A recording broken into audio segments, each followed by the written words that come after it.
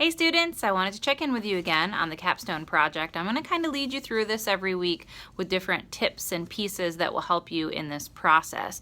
So as you guys are starting to select your companies now, I want to remind you one more time to make sure that you do check your company and your references with our librarian, Chris Williams, because he can let you know if there's going to be enough out there for you to complete this assignment. You can also email me, of course, and I can take a look and kind of see what you're looking at and make sure that it will actually be a viable project for you to work on. Okay, couple things.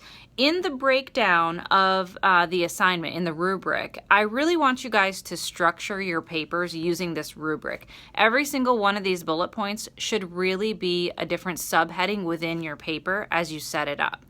Okay, so starting out with your company, who it is, and then going right into the organization and hit all those bullet points for best results. When you get down to the actual marketing plan itself, I wanted to mention a couple of things here. You're going to be rebranding something, so you're using all of their current marketing materials, and when you showcase them in images within the paper, and remember 3" by 3", and text wrap them for best use of space. When you're referencing those, you're going to be talking about what you would change in the advertising. You're not necessarily going to be designing a lot. You can do some of that if you're crafty enough. I think that would be fantastic. But it's more about explaining what you would do differently with your campaign. And you're using their previous marketing as a basis for your research. Also, in television and radio, it's noted in there that you guys actually have to have scripts.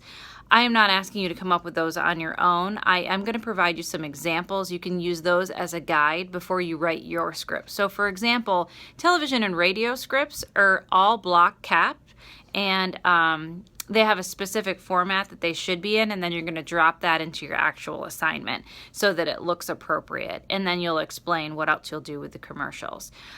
There's also a media buy element as part of this too, and in the media buy, what I'm looking for you guys to do is have an overall budget. So for example, if your overall budget for this marketing plan is $500,000, within your budget, I would like to see line items for each one of these categories that says $100,000 will be spent on TV, $50,000 would be spent on radio, and so on and so forth, just to give you an example of how that actually should look.